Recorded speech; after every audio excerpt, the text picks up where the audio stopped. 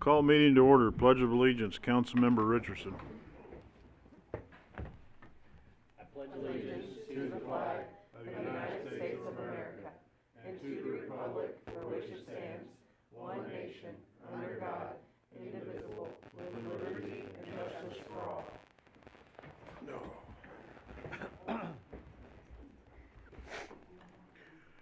Personal appearances. One. We need to have a roll call, please. Yeah. Oh, yeah, roll call. Hey, that would work too. Mayor Larkey. Here. Councilmember White. Here. Councilmember Thompson. Here. Councilmember Pryan. Here. Councilmember Davidson. Here. Councilmember Lawson. Here. Councilmember Richardson. Here. Councilmember McCallum. Here. Councilmember Johnson. Here. We have a quorum. All right, personal appearances. Number one, Park Department. 2024 cruise rain out dates. Good evening, Mayor and Council. We were here in March and we inadvertently left off our rain out dates for our street closure permit. So we've been asked to come back and communicate. Those days would be Sunday, July 28th, Sunday, July 25th, and Sunday, October 27th. Excuse me, August 25th, and Sunday, October 27th. Cool. That's it. Any questions? Go ahead. Just real quick, so I'm assuming those are just the Sundays after the planned Saturday event? Typically, yes, yeah. Okay. Yep. Some of them don't work out because of theater production that's going on. And then the May on June 2nd is already on a Sunday, so the June car show. So. Anybody else? Thank you. Number two, Public Works Week proclamation.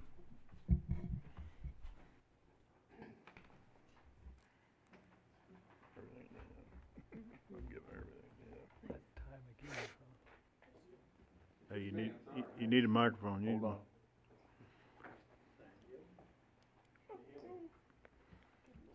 Hell, where's your team at? I don't know. The main ones who show up. Hello, there we go. All right, let's see if I can get through this. This is a good one for the Public Works Week. Whereas the Public Works professionals focus on infrastructure, facilities, and services that are vital to the importance to sustainability and resilient communities and to public health, high quality of life, and well-being of the city of Belton, Missouri. And whereas these infrastructure, facilities, and services could not be provided without the dedicated efforts of the Public Works professionals, who are engineers, managers, and employees at all levels of government in the private sector who are responsible for rebuilding, improving, and protecting our nation's transportation, water supply, water treatment, and solid waste systems, public buildings, and other structures and facilities essential for our citizens. And whereas it is in the public interest of the citizens, civic leaders, and children in the city of Belton, Missouri, to gain knowledge of and to maintain an ongoing interest in the understanding of and importance of the public works and public works programs in their respective communities. And whereas the year 2024 marks the 64th annual National Public Works Week, sponsored by the American Public Works Association. Now, therefore, Norman K. Larkey Sr., Mayor of the City of Belton, does hereby proclaim the week of May 19th to the 25th of 2024 as National Public Works Week in the City of Belton, Missouri. We urge all citizens to join with representatives of the American Public Works Association and government agencies to pay tribute to our public works professionals, engineers, managers, and employees, and to recognize the substantial contributions they make every day to protect our national health, safety, and quality of life. In witness whereof, Mayor Larkey has set his hand and caused the seal of the city to be affixed in the city of Belton, Missouri, on this 14th day of May in the year of our Lord 2024.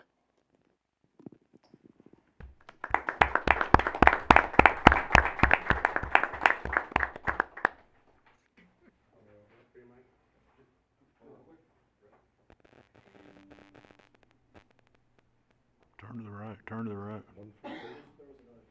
Alan. Did you get a good one?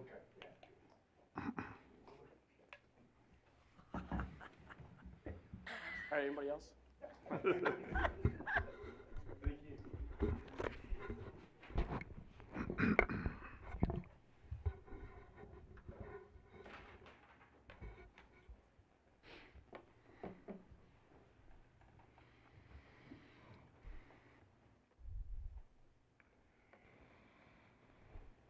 All right, unfinished business. Item 1, motion approving the final reading of Bill 2024-20.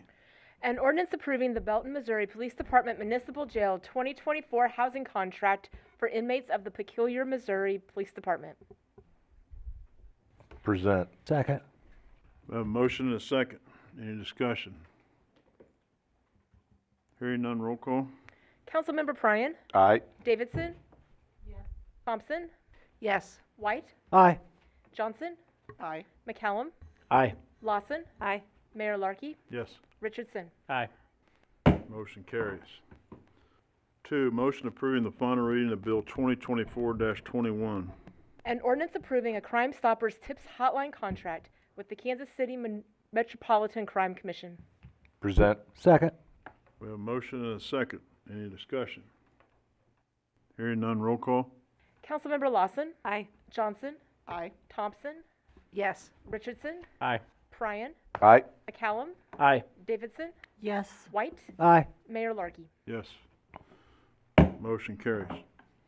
3, motion approving the final reading of Bill 2024-23. An ordinance approving an access agreement between the Port Authority of Kansas City and the Belton Fire Department. Present. Second. Have a motion and a second. Any discussion? Hearing none, roll call. Councilmember Richardson, Aye. Thompson, Yes. Pryan, Aye. Davidson, Yes. Johnson, Aye. White, Aye. Lawson, Aye. McCallum, Aye. Mayor Larkey. Yes. Motion carries.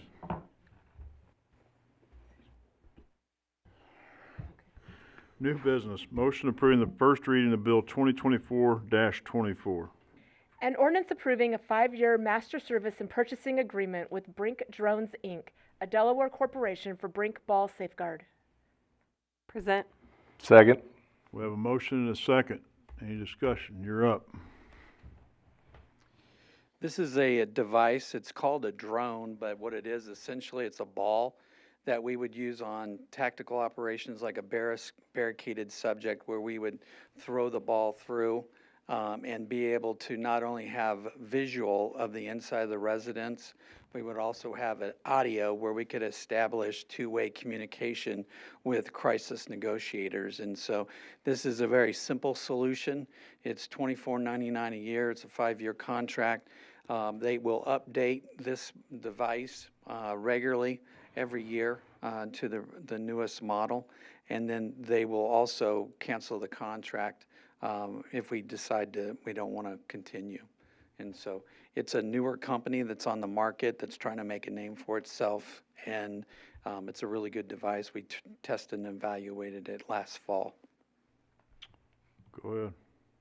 When you said cancel, does that mean during contract or at the term, at the end? It's annually. We can cancel it before we have to make the next year's payment. Anybody else? I understand this is a system you're not using right now. No, it's not a system we currently have. We have no way of communicating other than trying to establish some kind of rapport over a mobile phone or a landline.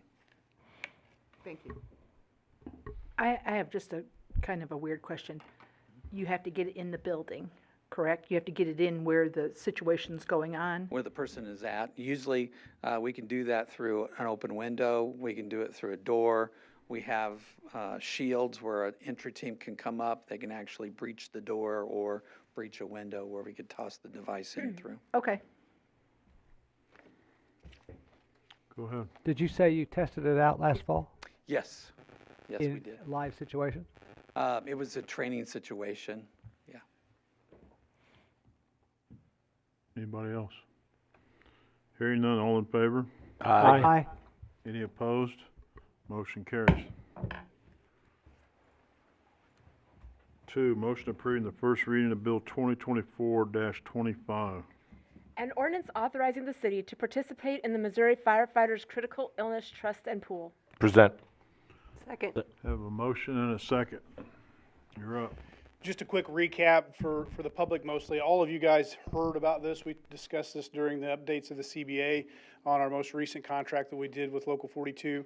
This is essentially an insurance program. It's a trust that was set up by the state of Missouri that we can opt into that will provide some financial coverage if any of our firefighters were to catch any of the 21 cancers that are listed as line of duty presumptive cancer.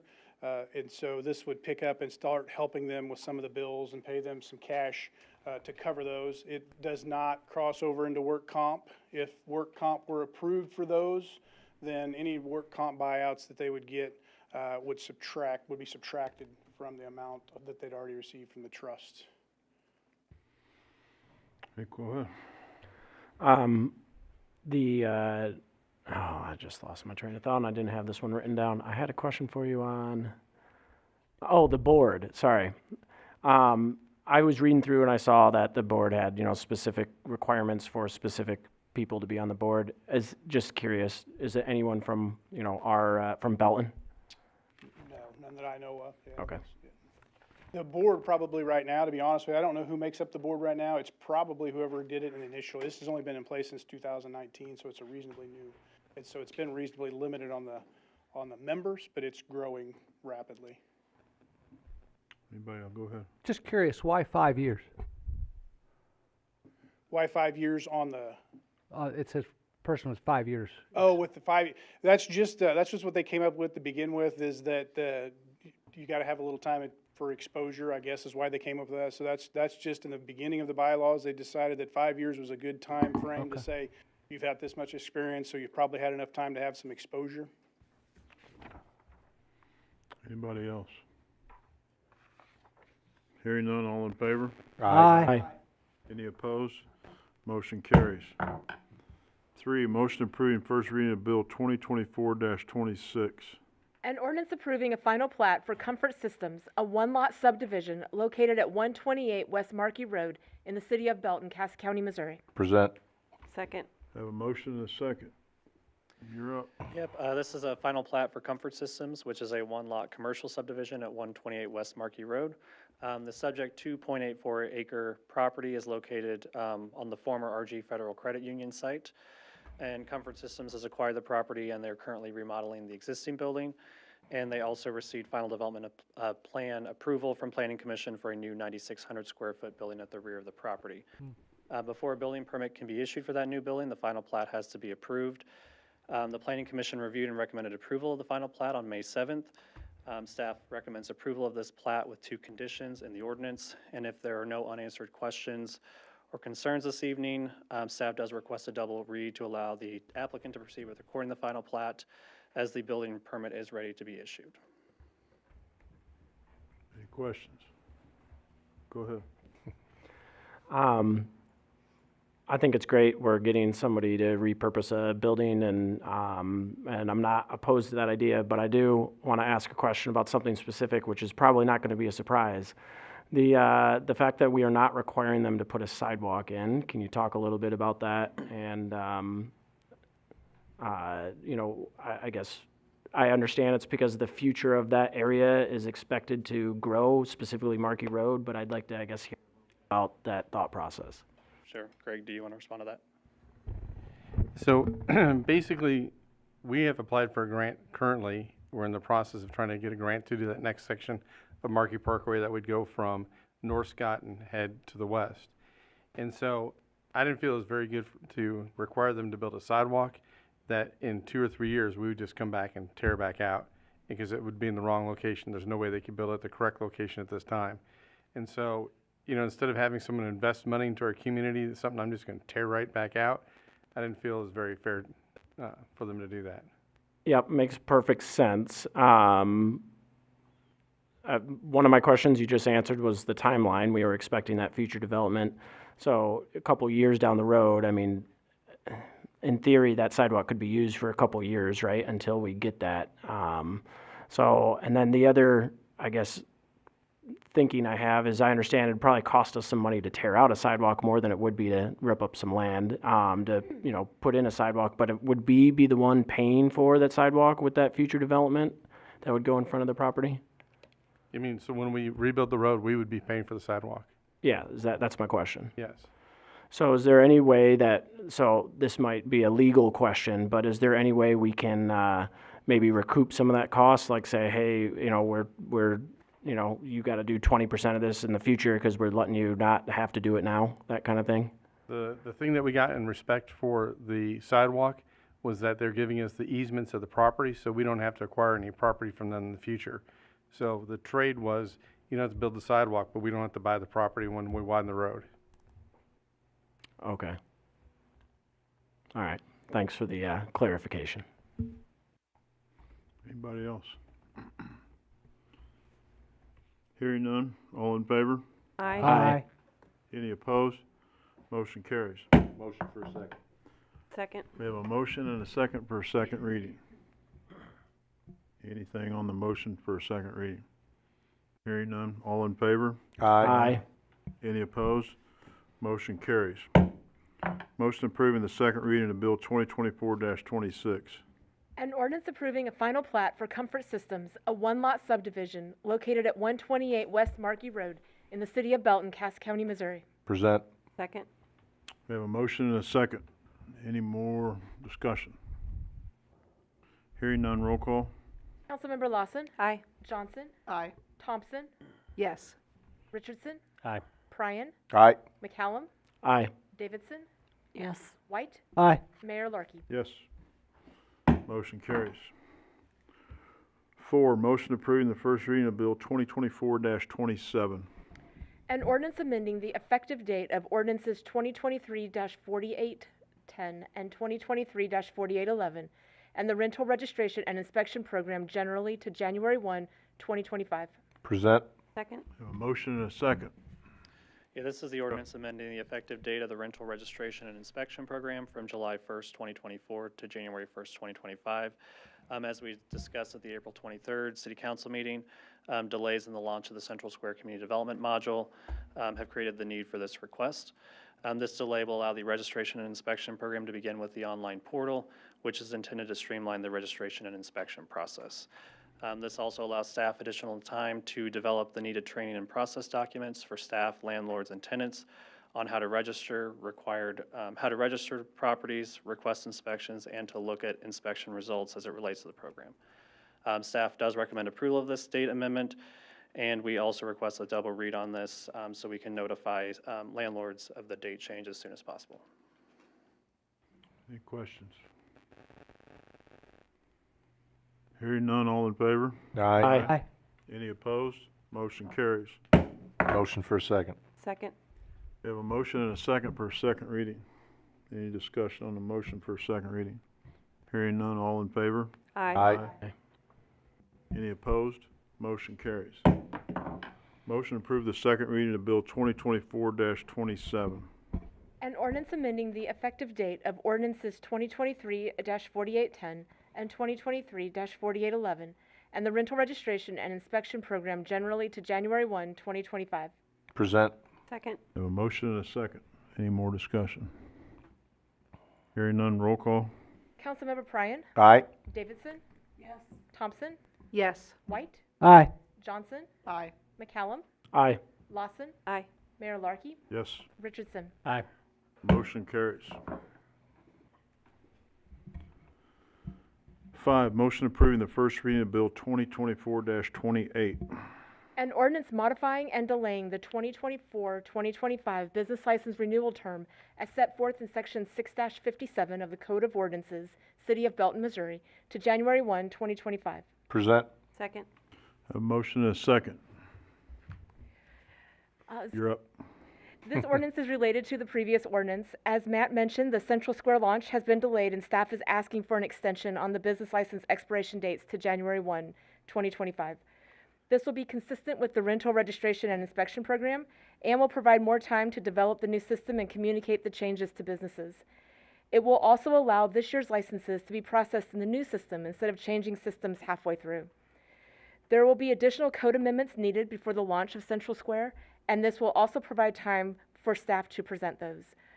If there's no questions, we are asking for a double read so that business owners can be communicated to soon. Any questions? Hearing none, all in favor? Aye. Aye. Any opposed?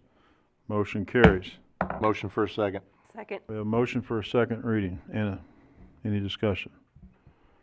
Hearing none. Roll call? All in favor. Oh, all in favor. Dang it, I'm- Aye. Aye. Any opposed? Motion carries. Motion approving the second reading of Bill 2024-28. An ordinance modifying and delaying the 2024-2025 business license renewal term as set forth in Section 6-57 of the Code of Ordinances, City of Belton, Missouri, to January 1, 2025. Present. Second. Have a motion and a second.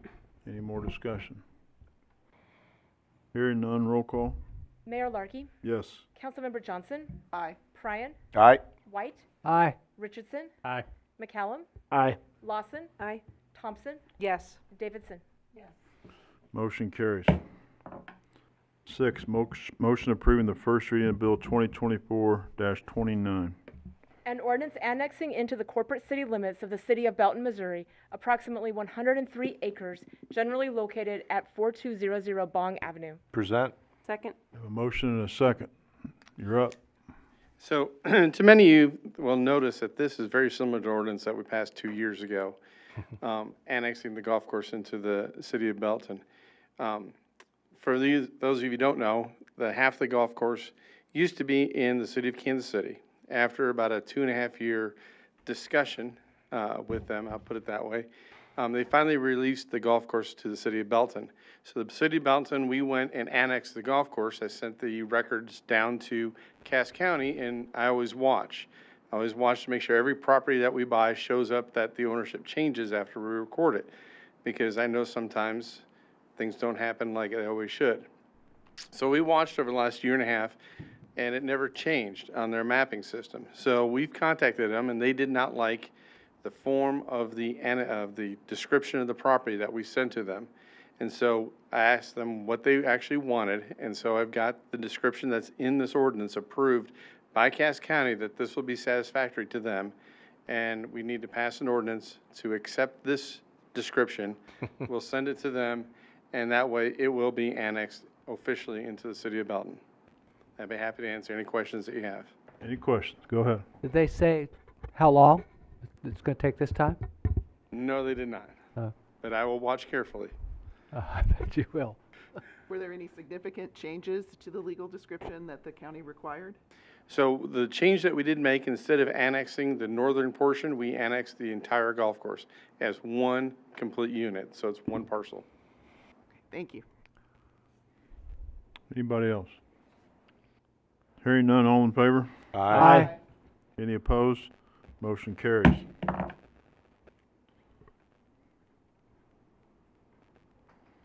7, motion approving the first reading of Bill 2024-30. An ordinance authorizing the city manager to execute the Missouri Highways and Transportation Commission Surface Transportation Block Grant for the Markey Parkway connection with the city of Belton, Missouri, in substantially similar form to the draft agreement included in Exhibit A. Present. Second. We have a motion and a second. You're up. So one of the things that happens at Mark every year is as cities do not complete their projects throughout the whole metropolitan area, actually on the Missouri side for us, is they do not complete the projects, MoDOT now requires that the money that's given to Mark must be spent every year. And so when cities fail to spend their money, it goes into a pot, and then cities who can actually deliver projects put a request in to gain those funds. That's what I did. Normally, they advance construct projects that are already in the STIP. That's the Statewide Transportation Improvement Program. But we didn't have anything in there that we could advance or do anything with. So I added a new project. It's the only one that's ever been done before that adds a project to the STIP that we're going to try to get designed and obligated by August 1. And so we actually got it approved. And so this is a segment of road that basically goes from by Hobby Lobby and goes all over to North Scott. And so we got approval to do this in February. We are in the midst of getting it designed and obligated by August 1. And this is the agreement that goes with it that MoDOT has that we sign for every federal project. It's basically the same agreement we've always signed. I'd be happy to answer any questions you have on it. Any questions? Hearing none, all in favor? Aye. Any opposed? Motion carries. 8, motion approving the first reading of Bill 2024-31. An ordinance authorizing the execution of the grant between the U.S. Department of Transportation, Federal Highway Administration, and the City of Belton, Missouri to receive a Safe Streets and Roads for All grant for the City of Belton, Missouri. Present. Second. Have a motion and a second. You're up. So another grant that we applied for is called Safe Streets for All. It's SS4A, so you'll hear a lot of people talk about it. It's a program that the federal government started because they realized that the importance of having safe streets, whether it's for people who are walking, people who are biking, people who are driving, be addressed. And so this program was set up by the federal government for us to, first of all, go through and do a study, similar to our sidewalk study, to find out where the most crashes happen, and then try to address where work needs to be done. For us, we're really talking about doing sidewalk type work. Now, some of the sidewalks involve streets. If you look at Ella is just a street that just drops off on the sides. You know, a street like that could get storm sewers and then get the sidewalks put in to improve it for both cars and pedestrians and bikers who use the area. This is an agreement between us and the U.S. Department of Transportation. Normally, our grants come through MARC and MoDOT. This is a grant that is directly from the federal government. So they have a specific grant agreement form, and we had to fill it in and meet with them for about a month to come to an agreement that they would accept that I had to bring to you today. This agreement will allow us to do our first year where we will do the planning study, and then in future years, we can apply for money to do actual construction work. That will require us someday to figure out how we would make a match to that, which we don't currently have. And so this is our first step, because we can do this and we have a match for this one, but in the future, we'll have to figure out how we're going to do that. Happy to answer any questions that you have. Any questions? Hearing none, all in favor? Aye. Any opposed? Motion carries. 9, motion approving the first reading of Bill 2024-32. An ordinance repealing and replacing Section 19-103 of the Code of Ordinances for the cost share program for sidewalks, curb and gutter, and driveway culverts. Present. Second. Have a motion and a second. You're up. Mr. Mayor and Council, this is essentially cleaning up the cost share program. We had discussed during budget season the concept or the idea of us taking our cost share program from a 50-50 match to an 80-20 match, where the city would potentially put up 80% of the funds and the property owner would be responsible for 20% of the funds. And so the first step to getting us a program that does just that is to change the ordinance as or the code as it reads. The code's pretty sloppy as it is, that exists. In 2016, the City Council adopted the code that essentially referred to a resolution in the ordinance. And so if you go to the code and you go to, I believe it's 19103, you will actually see that it refers to a resolution in there, that there's a cost share program according to resolution so-and-so, and then on the website, it essentially is what it says. And so what we'd like to do is clean that up by taking all that language out, put in some more standard language, and then assuming that this ordinance does pass tonight, when it does come back for second reading at the next meeting, we can have an accompanying resolution which outlines the program itself. And then we can change that resolution as we need to by resolution without having to go back and change any ordinances. If that makes any sense. So this is just the first step, cleaning up the ordinance. And then the actual program itself would be done by resolution at the next meeting once we finish the ordinance, if that makes sense. Any questions? I have a question. Go ahead. This is a voluntary program. A property owner could come to us and say, I want to fix the sidewalk, or I don't have a sidewalk in front of my house, and that's how they would be involved in this? Potentially, yes, if that's how we decide to craft the resolution. That's generally what the thought process is. Okay. It's not something that we could make them fix the sidewalks that they've got? Well, we have codes, and we have the ability to enforce those codes as much as we want to, and I think that it would be a very slippery slope for us to start enforcing. Okay. Yeah, just wanted to ask. Fair enough. Any other questions? Hearing none, all in favor? Aye. Any opposed? Motion carries. 10, motion approving resolution 2024-42. A resolution providing a partial reimbursement of expenses incurred by the Cass County Dental Clinic for services rendered to children of the city of Belton that are not covered by Medicaid for 3 years. Present. Second. We have a motion and a second. You're up. Mr. Mayor and Council, yes, this essentially is setting up a, back in March, you guys will recall that we had an ordinance that we had submitted that would have waived building and development fees for Cass County Dental Clinic. We kind of discussed some of the potential landmines and precedents that could set, that could put, us in peril in certain circumstances. And so naturally, you guys went ahead and voted that down, but you guys asked us also as staff to go back to the drawing board and trying to come up with a solution to help them with some of these costs that are real costs to them, believing in the mission of what they're doing. And so what this resolution does essentially is, our estimate is that the permit fees, I believe the permit fees were around $48,000 total for the dental clinic. And so we do actually have a little bit of money in a budget line item. It's the same line item that we used for the $25,000 that we have given to the summer event, which is coming up here pretty soon. There was actually $42,000 budgeted in that line item, and so there's an extra $17,000 sitting there right now. So what we're recommending is that we use that line item and say $16,000 per year over the course of 3 years. We can, essentially make a reimbursement to the Cass County Dental Clinic for that money. And one way that we feel like we can justify doing that is that the dental clinic in every year they write off a number of expenses, and so a lot of those expenses are done are done providing services to children that actually reside in Belton.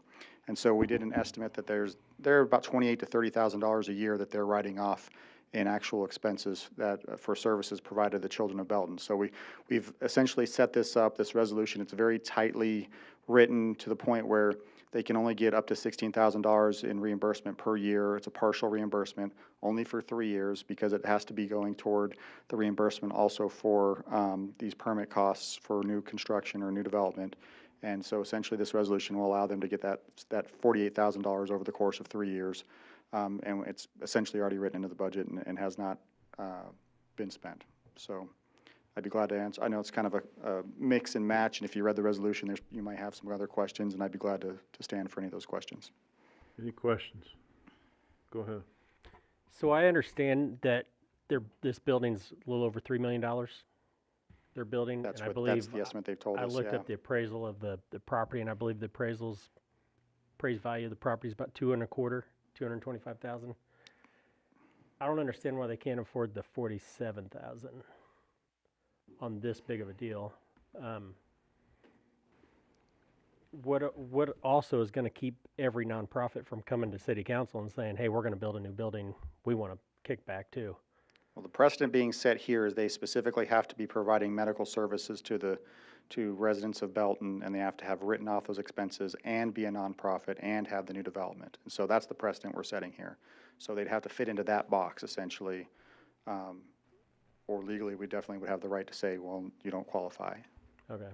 And then also I remember in that meeting that they said that the Belton School District, when they added on to the school district, that the school district didn't pay any fees also, but they actually did. So I don't know why they came out and said that they didn't pay any when they actually did. So I feel like the school's paying for it. I don't understand why they can't, so that's where I'm at on this. And to have the taxpayers pay this, I'm not 100% for this, so.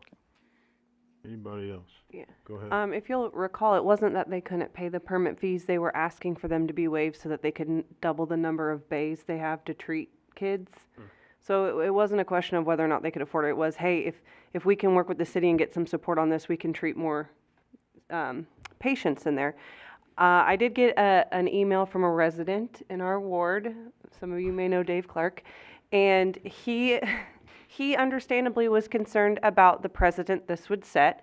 And what I replied back, you were on the chain, is that is totally understandable. However, staff got really creative to be supportive to a project that there was interest on council in supporting. And his concern was then that this property doesn't produce sales tax, and that's true. However, the function of the city is not to be a sales tax juggernaut where the only kind of development and services we offer pour back into the city, right?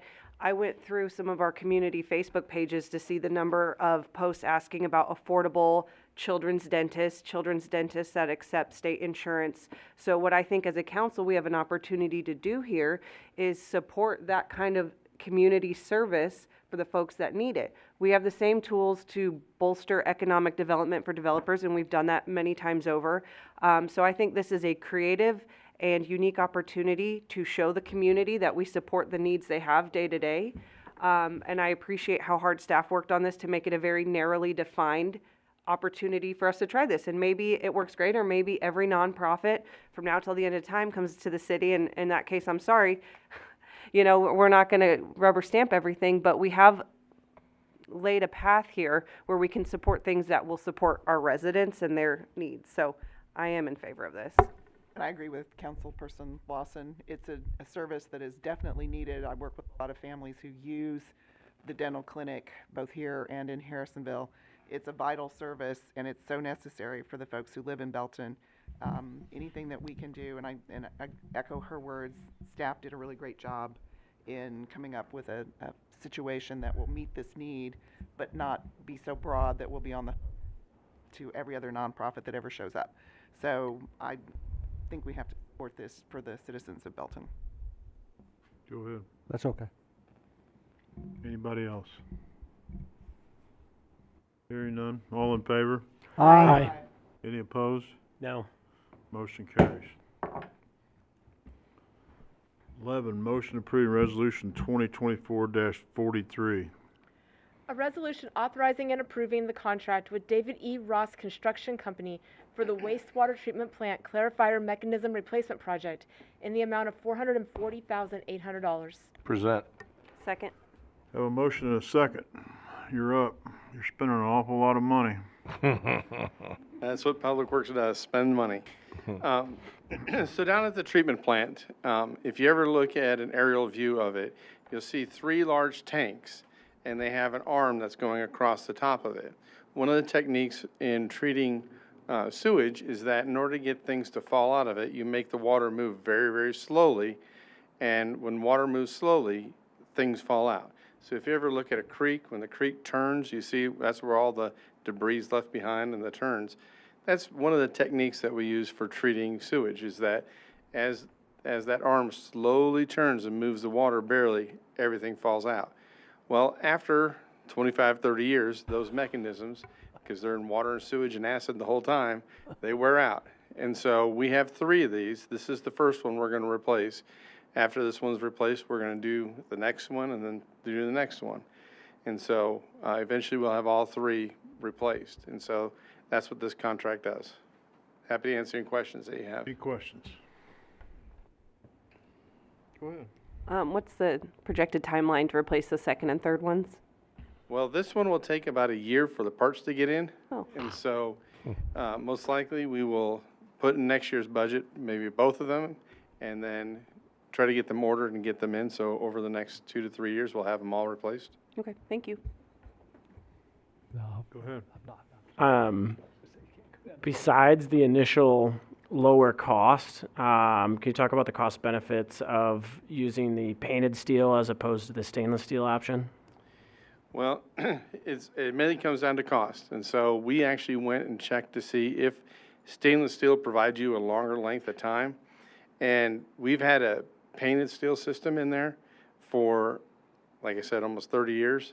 And we didn't see really the benefit of what a stainless steel system would have. Because the only drawback to stainless steel is if you use it very much, and especially in outdoor conditions, is that stainless steel is really good until someone scratches it. And once something, and it can just be a drop of a tool or something, once stainless steel is scratched, it begins to rust. And so a good example of that is when you look at like, for our snow spreader, for the salt spreaders we have on for our trucks, they're all stainless steel and they look great. But if you see a city that has one scratch in it, all of a sudden that scratch will rust over time. And even though you spent the extra money for it to be stainless steel, that one scratch will make it rust out. And so we were curious to see what the pricing difference would be, and if it were fairly close, we thought there might be an advantage, but it really wasn't close enough for us. Perfect, thank you. Anybody else? Hearing none, all in favor? Aye. Any opposed? Motion carries. 12, motion approving resolution 2024-44. A resolution approving and authorizing the execution of a reinstatement and First Amendment to PCS site agreement between the city and Spectrum Realty Company, LLC. Present. Second. Have a motion and a second. You're up. Thank you, Mayor, members of council. The resolution before you and the reinstatement and First Amendment relate to a telecommunications lease that the city has with the entity that was Sprint, is now T-Mobile, and is now going by Spectrum Realty Services. The city entered into the original lease roughly about 23 years ago, and since that time, there have been various small increases to the rental amount paid. When this item was brought in front of staff, the staff recognized and realized that the rental amount was below market and that the increases were occurring on a every 5-year basis instead of an every year basis.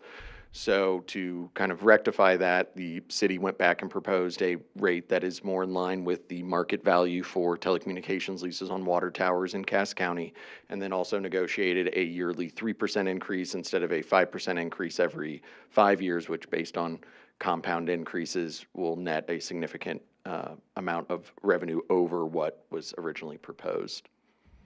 I'll stay in for any questions that you may have. Any questions? I just was, in reading it, is the $1,800 owed from 2022, or is that going forward? That's going forward. They've been continuously paying the previous amount during that time. Obviously, 2022 was quite a big change, not only for them, but also here at the city with COVID, and this was kind of one of those things. Unfortunately, telecommunications subleases aren't exactly something that's at the forefront of everybody's mind. So that kind of sat in the wayside, and we kind of just let that play out. But then recently, there's been increased negotiations and discussions with them to get to this point. Thank you. Go ahead. I don't think I saw on there, when does the new agreement expire? It's 5-year term. There's 4 5-year terms starting on the date of execution. Okay. Could expire in 5 years, could expire in 20 years. Perfect, okay. Or And 10 or then, you kind of started to go down this road just with the last question, and I want to just clarify, do we have this same type of agreement with other, Yes. telecommunication? Okay. Yep. None of those are up or out of date as of now. Okay, you knew where I was going with that. Yeah. All right, thanks. And the city of Belton doesn't have a significant amount of these sorts of water tower leases. You guys can drive around town and see that the water towers aren't covered in telecommunications like some are in other communities. So that's not, I did look through, and you're all up to date on everything besides this one. Anybody else? Hearing none, all in favor? Aye. Any opposed? Motion carries. 13, motion approving resolution 2024-45. An ordinance approving an agreement with Catalyst for an online citizen request tracking platform and authorizing the Assistant City Manager to execute a contract for said program. Present. Second. We have 2 presents and a second. You're up. Thank you, Mayor and Council. The item in front of you this evening is in response to the Council's increased emphasis on improving customer service throughout the city and throughout the organization. Really what we're trying to solve here are kind of a couple core problems. One of them being when someone in the community, whether they're a resident or a visitor, they have a complaint or a concern that they want to let staff know about. In many cases, they may not know specifically what department or even what individual they need to contact. And in some cases, as a city, with as many staff as we have, we may even have folks internally who don't necessarily immediately know who needs to handle specifically, maybe a pothole or something with graffiti in the park. With the Catalyst platform, this was in response to not only the hiring of our new customer service specialist, but also is creating a one-stop spot on our website that essentially builds, and I'm sure you're aware of, like Kansas City's 311 system, where someone can go online, they're able to place their complaint based on the types of words they're using or the categories they select on the website. It will automatically route that via email to the appropriate staff member or the appropriate department. On top of that, it also allows for automatic communication back to the resident based on where we as staff are in responding to that concern.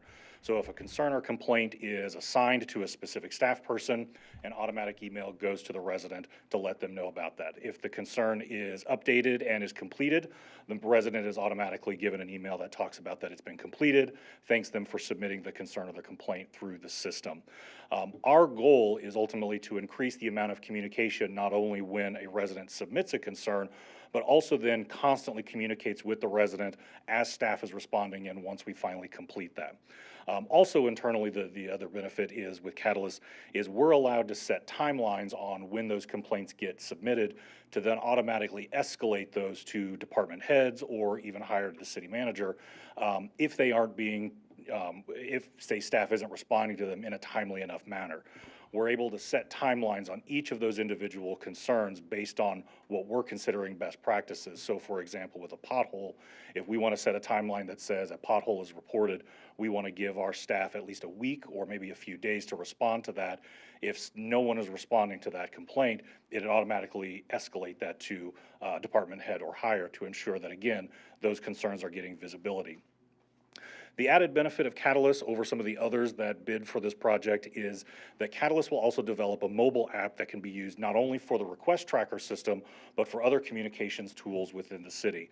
Our website already is mobile friendly, but with the added app that residents can download, it can automatically connect them to other services that we provide, such as an online bill pay, our permitting platform, and other systems that we know residents interact with on a regular basis.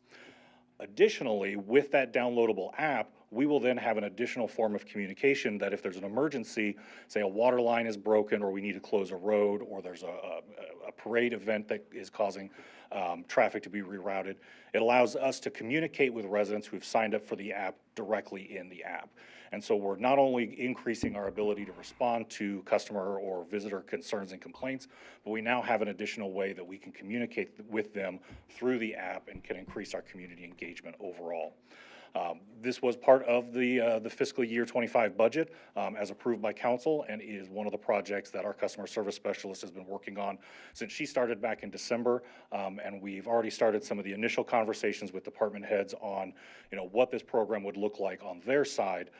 And we look forward to any questions that you might have about the platform and the program as we move forward. Any questions? What's the rollout time period? Our hope is with approval, we would be able to have the program launched by fall. A lot of that will depend on essentially we're allowed to preset how many different preset the number of categories and types of concerns that people can or residents can register, depending on how robust that is in the very beginning. It may take a little bit more time to build some of those individual sections. But again, we're really anticipating a fall launch for the platform and the app. Any others? Go ahead. I don't necessarily, I like the idea, but I also know that some of the people in my ward don't have internet access or mobile phones that have, that aren't flips. And, our specialist is doing a great job every time I walk in. She's just very friendly. So we're still going to have people that, obviously don't have a way to use this program. So.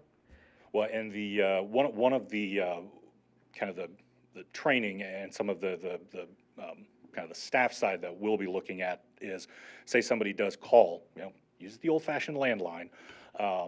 What'll be nice is, regardless of who they call within the city, that individual will have access on their computer in front of them to log that complaint into the system so that it's still trackable. And that way, staff on our side, we can recognize somebody called this complaint in. We're still aware of the complaint or the concern. We can track how effective we are in responding to it and still be able to respond. I just watched this week at a doctor's office when there were folks that were trying to register on these tablets, and it was trying. And I know for a fact that people near me have problems with that. So. Mr. Mayor. Go ahead. Oh. Okay, just a couple questions.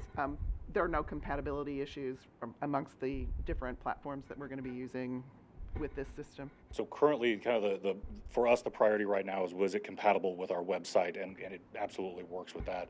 As we continue to work with Central Square, that'll be one of the things that we also continue to work through. And so they have said that they are compatible. And one other real quick question that's probably more for our city attorney. Why are we using the Minnesota arbitration rules? This is another one where they said it's either Minnesota or nothing. So obviously, again, for us, it's one of those things. Sometimes we take them as poison pills, where it's like, okay, if you're not going to agree to a change of venue, then that's fine. But in certain circumstances, given the risk, given the product, we instead do not believe that there is a high enough risk that there will be arbitration regarding the utilization of this software. Thank you. Go ahead.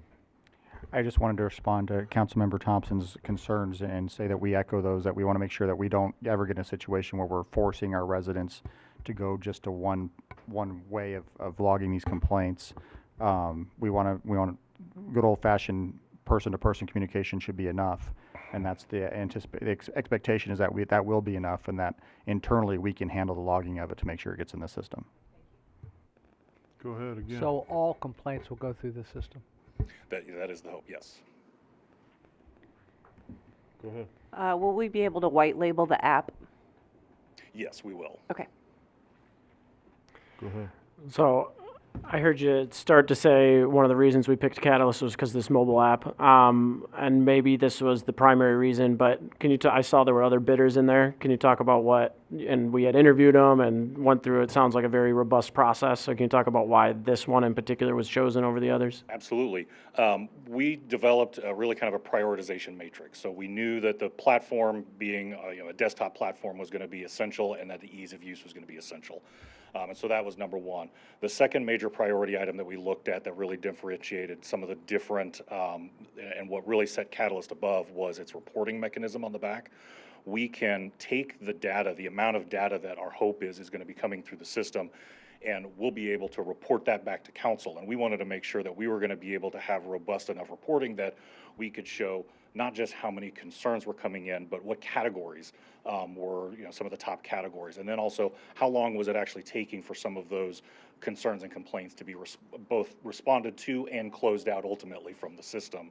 And then finally, we did look at the mobile app. What we appreciated about Catalyst in terms of the mobile app was they had a long track record of other communities, other public entities that they were building apps for. They build and manage the app on their side, but we still have the ability to customize some of the look, the branding, as well as what apps are built or are connected within the app. And so we had this kind of shared ability to build some of those items, but ultimately they'll be responsible for upgrading the app and updating it and hosting it in both Android and Apple stores in order for folks to download it. Thank you. You triggered another question. Would folks be able to pay their water bill through the app? So paying the water bill is still going to be handled by our current platform. And so while we will be able to link them from the app to the platform that they currently purchase, I mean, we can make that connection, absolutely, but they still would be using that third-party platform that we currently use. That's fair. Thanks. So is the council going to have access to this when citizens approach us, where we can get updates and relay that to the citizen when they ask us questions? I think as part of that reporting, we can definitely start making that either a regular report or if there's something specific that you're looking into.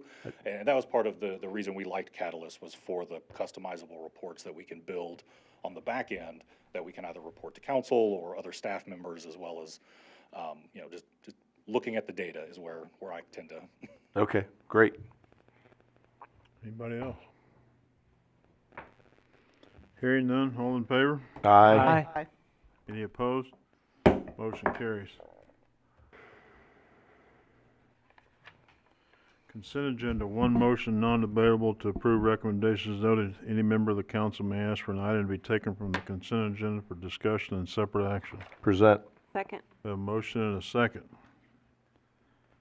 Go ahead. Can I talk about two things, or am I only allowed to talk about one? You got to remove them. I want to remove 8 and 10. All right. Anybody else? Hearing none, all in favor? Aye. Any opposed?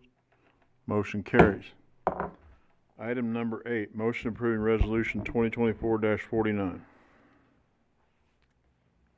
A resolution approving an annual public service agreement with Oates, Inc. for weekly non-emergency transportation at a rate of $11,360. Present. Second. Have a motion and a second. Go ahead. Okay, I guess my question is, do we ever think of expanding Oates? And specifically, like if someone was, being discharged from the hospital and had to get to their home, and didn't have any other, I wondered if we were ever considering making this a public transportation rather than a very definite thing. Well, that's an interesting question, and we don't have any plans at this point to expand it. That doesn't mean we couldn't create plans. All it takes is money. And at this point, our OATS program essentially aligns with a grant that we get to help fund some of that. And so, yeah, I mean, anything is up for debate. We don't have any plans. Staff does not have any plans at this point to expand it. That doesn't mean we couldn't if that was the. Is there a need for public transportation here? I'm sure there is some need for public Okay, transportation. I know that they yeah. use, Lee Summit uses Oates for their public transportation.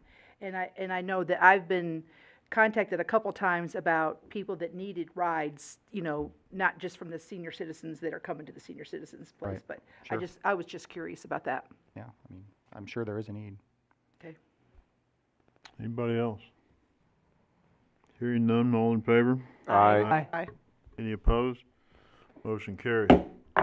Item 10, motion approving resolution 2024-51. A resolution purchasing certain real property in the city limits of Belton, Missouri, and approving a real estate sales contract with Smoky Hill Railroad and Historical Society, Inc. Present. Second. A motion and a second. Any discussion? I know that this has been an issue, and I know that there's probably been conversation going on for many years before I even moved here about this. But I want to say that I really feel that we're making some forward momentum now, with or without an engine. But I think we're really moving forward, and I think that we're actually coming to a point where we might be able to come to an agreement that benefits the city as well as the railroad. So that's what I wanted to say about it. Anybody else? Hearing none, all in favor? Aye. Aye. Any opposed? Motion carries. H, communication from City Council. Councilmember Johnson. Just wanted to say that I was involved with a group that had an event at Memorial Station and a couple of weeks ago, and it was just a lovely venue as always. Everyone had a great time. The only minor hitch was the microphones didn't work very well, and that caused a couple problems. But other than that, it was a perfect evening, perfect venue, other than the rain that caused a lot of problems that night. But everyone enjoyed that and really appreciate all the hard work that goes into maintaining that building and making it such a wonderful venue. Were they waterproof microphones? Fortunately, it didn't rain inside the building. I think there was a battery issue, was what it was. I'm not positive of that, but I think so. Councilmember McCollum. I just want to go ahead and give a thank you to the Downtown Belton Main Street Inc. I think I got that right. But they came to us before asking for kind of help with shutting off our Main Street and whatnot for hosting their events, and they had a very nice event on Cinco de Mayo. And just want to say I appreciated that happening, and because I didn't hear anything from the department heads, I'm assuming it all went off without a hitch on that end as well. So wanted to give that shout out. And then the only other thing I want to bring up is if you did not see my recent letter in the North Cass Herald last week, I want to make you aware that the governing board for our city arboretums is looking for more board members. So if you're interested, you contact Kevin Feeback. He can get you an application, or contact me. I have it too, and I can get it to you. So that's everything I got. Councilmember. That's all I was, Richard. sorry. That's all I was gonna say too. The Cinco de Mayo event went down really good. The rain kind of stopped right before we had to get it all done, and it turned out really good. To your point, Patty, Parks is very aware that the acoustics and the microphones and the automatic doors are just a pain at Memorial Station, and they've taken that into consideration with planning for the Dryden land. So, yeah, you're right. It's still great. But it can pose some challenges. Along the Parks line, Carrie Nation Days are coming up May 31st and June 1st on Main Street. That's the big summer event. It's replacing Summerfest. There's a lot of offerings going on. I won't list through them, but hope to see everybody out there. The farmers market is back in swing every Thursday at Assembly of God Church from 4 to 7. There is a youth fishing derby this weekend, May 18th. The next cruise night will be in June, following Carrie Nation Day, so there's not one in May. And the trail between Cleveland Lake and Country View Park is now open. So that connects the disc golf course at Cleveland Lake with the junior disc golf course out at Country View Park, or West Belton Park. A lot of folks call it that. So that's the parks update. Nothing at this time. I attended the same event that Patty did and actually talked to Brian because it makes my hearing aid turn off. Because we get so much feedback that my hearing aid goes crazy. But it was a lovely event, lovely facility, but the acoustics in there are something. Something is what they are. I've got a code advisory committee meeting this week. We're going to talk about this, a bunch of just different options. I'm still on a learning curve. This is all very new and exciting to me. So once again, Brett and I are talking about coming up with a ward meeting in June, and hope we can figure out a way to get people to attend, and everything's good. I really don't have anything other than, as a Belton band parent, appreciating the support that the band gets. They really enjoy, the kids really enjoy playing at events, and I just appreciate that as a band parent. All right. I don't have anything other than, what everybody talked about. The events on Main Street the last few months have been great, so we'll keep it up. You're up. All right, Mr. Mayor, I only have one thing. I just wanted to recognize that last week was Public Service Recognition Week, and so we did recognize our employees throughout the week with different events. And on Thursday, we had a nice multi-city event at Brewbakers here in Belton, where we had employees from Belton and Raymore and Peculiar all in attendance. Just a little bitty social event for folks. It was just a nice get together. Luckily the weather was great, and so it was really well attended and received, I think, and just want to thank again all the employees for the city of Belton for all the work that they do. You're here. All right. Items for review and discussion. Item 1, Belton Emergency Management Agency. That is me. Mr. Mayor and Council, this will be brought to you next meeting for an actionable item. The Public Safety Advisory Committee met on April 16th and did make a formal recommendation to the City Council. And the recommendation is that they reorganize the Belton Emergency Management Agency as a standalone city department. The agency should be directed by a full-time professional emergency manager with adequate staffing and funding who reports directly to the city manager. The reorganization will better allow for a dedicated focus on emergency management, including prevention, protection, mitigation, response, and recovery, citizen education, deliberate relationships with emergency management peers, the state and federal emergency management agencies, and the MARC region, and coordination and delivery of regular training to the city council and staff in emergency preparedness and disaster recovery. And that is essentially what their recommendation was. That's the conversation I would hope that you guys will have tonight is what direction do you want us to go? There are many ways there are a few ways we can go about this logistically. Currently, BEMA is underneath the police department. In the past, it has been underneath the fire department.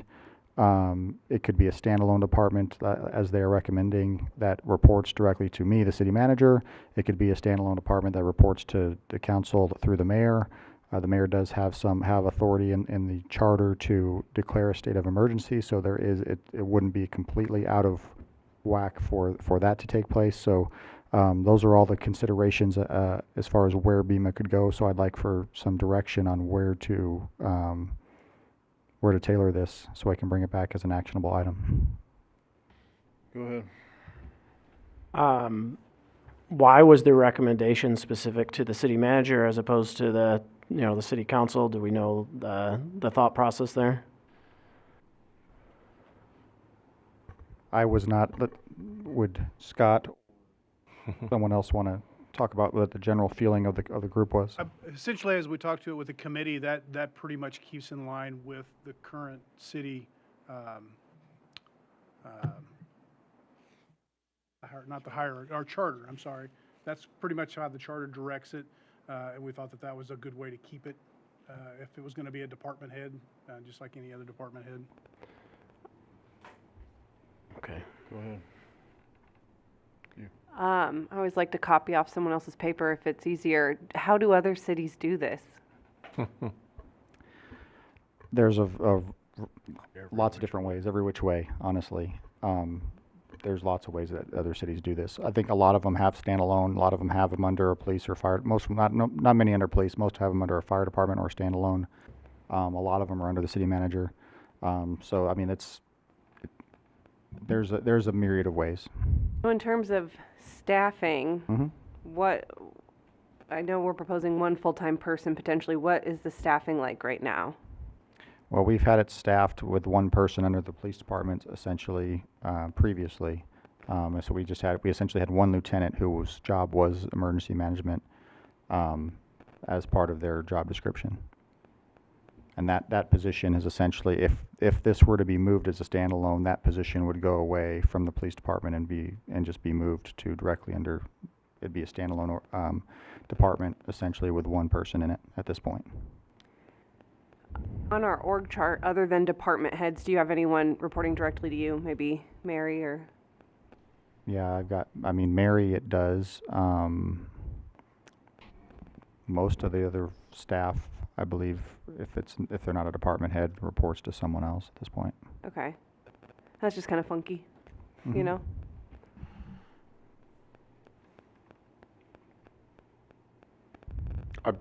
I like it standalone. I think that makes the most sense, but since the mayor can declare the emergency, I think they ought to report to him. Well, and so I'm kind of thinking the same way, and partly because typically when an emergency is declared, it's going to be from the city council. That's exactly the kind of how I'm thinking. And then, when was the last time we declared an emergency? Let's hope we never need to. Yeah. Let's hope. The city council and the mayor declared an emergency for COVID. I do just want to note that under the charter, there is specifically that the city manager is responsible for the hiring and firing of all employees. All is a term that is, according to Missouri, admits no exceptions. I would also just to say it, under the charter, there does not seem to be a process by which the city council could be involved in administrative policy matters, such as what the person would be doing. So it does, from your charter's perspective, make the most sense that it go with the city manager. If there is to be a change that would have a department director reporting directly to the city council, arguably that would take a vote of the citizens of Belton to amend your charter. So another thought I had was that typically under an emergency type of situation, COVID might be a slightly different situation, but typically if we have a tornado or something, terrible, knock on wood, hopefully it doesn't happen, it's very citizen involved. And so that's another reason I was thinking it might make sense. This is the people who are ultimately elected by those people. But if it doesn't make sense from a legal perspective, then It's the issue again is just that the charter, one, it limits the city council's involvement in administrative policy matters to only investigations. It doesn't give the city council any standing administrative authority or ability to direct, actually specifically prohibits the city council from directing city staff to do specific things. But that is a change that, I think with 5-year charter commission, I think there's a charter commission that should be coming up here relatively soon. That could be proposed to them that you create there was a chief of police that, was somewhat outside the org chart. So if the city council wants, it could put that before the people to amend the charter to create a standalone emergency management organization that reports directly to the council. Patrick could correct me a little, and he does it frequently, so if I'm wrong, he'll tell me. But if you think about this position, I mean, you just mentioned it's very, very rare that we have an emergency such as that. So by and large, this person's always going to be operating in a day-to-day operational kind of thing. At the point that we declare an emergency, it kind of puts different things into place anyway, giving the mayor some broader authorities. And this person actually kind of rises to be kind of the top step in the city while they're guiding that emergency anyway, if that makes any sense. That's a fair point, thank you. And I know both the city manager and I have been talking about this for some time, and we talked about both, whether it should report to me and you guys or to him. Understanding we probably can't do that. My only issue would be if the mayor, me, or whoever declares an emergency, can they deal directly with that person without having to go to the city manager? Yes, and that's not that we were going to leave him out or whoever's in their position. yes, and that it's not necessarily under the charter. It's more actually under the code. The charter just kind of says you get to do certain things, but under the code, it does say that when emergencies are declared, that the mayor is the one declaring that emergency. So realistically, it would be them directly reporting to you in that case. That would be the only thing that I would want, or I think that this person should have, is the ability to not necessarily direct that person, but if I'm sitting somewhere and, a tornado's coming in and, I don't want to have to make 13 phone calls just to get something done. Yes, and that's exactly what the Code of Ordinances already contemplates when it comes to declared emergencies or the declaration of an emergency. I'll also note again, the City Council has been through the creation of a new department when the City Council created the Human Resources Department. So as you all know, that does take an ordinance. There will be some duties and some additional things explained within there that a lot of this stuff could be clarified on. And, whereas both James and Alex, I get their direction, I could go either way, but understand that we can't. So, that's the only thing I would understand is that the mayor would have the ability to direct or, in concert with the city manager, Yeah, but to your point, if there was a disagreement between the two and the mayor would ultimately have the say on whether or not an emergency is called, then Yes, under your guys' current code, the process is that the mayor declares the emergency. The city council has 48 hours. I'm trying to remember back to COVID. It's either 48 hours or 24 hours to then pass an ordinance affirming that declaration. Granted that the reason there's a 48-hour time frame is that if there is a tornado, I don't think we're all going to be coming in here getting on Zoom to meet. We're going to be doing some different things. So there is that kind of process already outlined in there. I just think, and nothing against our current mayor or city manager, I'm just thinking the way that makes the most sense for forever in the future, the residents probably want to make sure their voice is heard on that front. At least that's how I would think about it, and that's where I'm going. But I see from the legal perspective, and I see like as long as the mayor still has that ability, that the end call there, I'm okay with that. The only thing I want to clarify is that there are other employees or volunteers in Belton Emergency Management. So it's not just the one person. There's numerous volunteers that's associated with this organization. The beam of volunteers that are technically employees. So. Anybody else? You good? All right. Item 2, police compensation.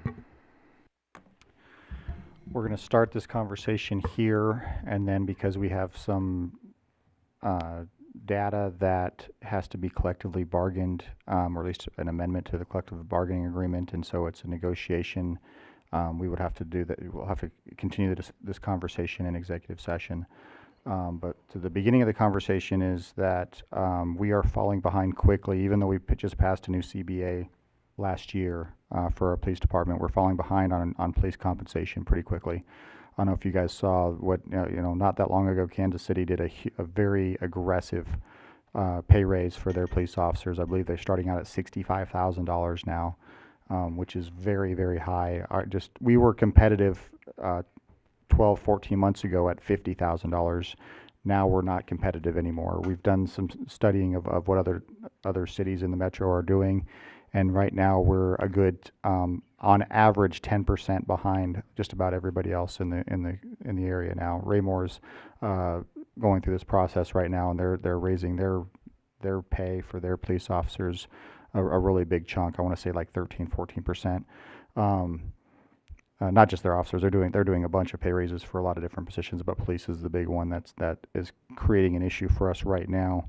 And so I just wanted to bring that to your attention as a group, see if there's any feedback from you guys. It is my recommendation that we get aggressive. I don't feel like we should try to set the market on anything at this point, but I do think that that we are going to have to come with something that at least gets us back into consideration as far as being competitive. And so we're working on that now. We've got some preliminary numbers to share with you again during executive session. We're thinking about a 9% right now, which would be about a $600,000 expense to us annually, not including, and that doesn't include the exponential expense as we give steps and things move up as people progress year after year. The other consideration we're looking at is bringing the steps down potentially from, just like we did with the fire department. We went where the fire employees that are in the union went from an 18-step process, which is what we have here at the city, down to 16 for this year, down to 14 for next year, and down to 12 for the third year of the CBA.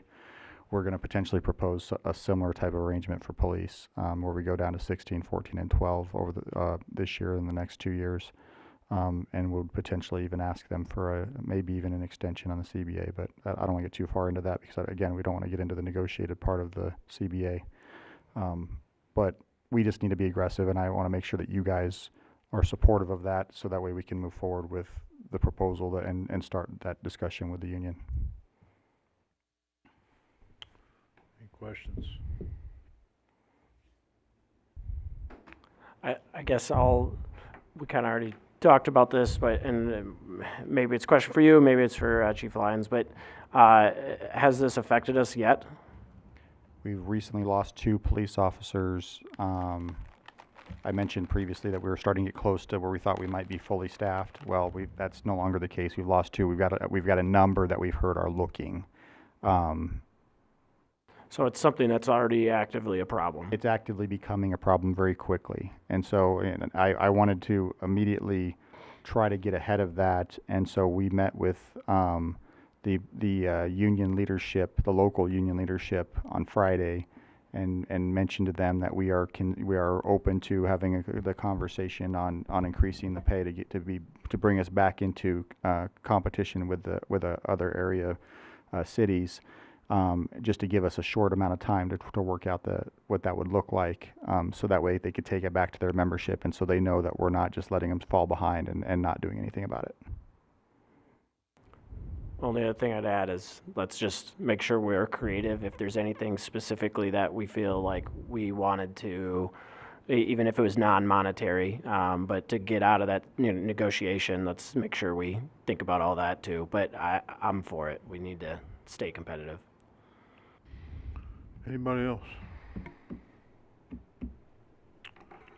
Hearing none, I'd entertain a motion in executive session to discuss matters pertaining to legal actions according to Missouri State Statute 610.021.1, pertaining to leasing, purchasing, and sale of real estate according to Missouri State Statute 610.021.2, pertaining to negotiated contracts according to Missouri State Statute 610.021.12, and the record be closed and the meeting adjourned. Present. Second.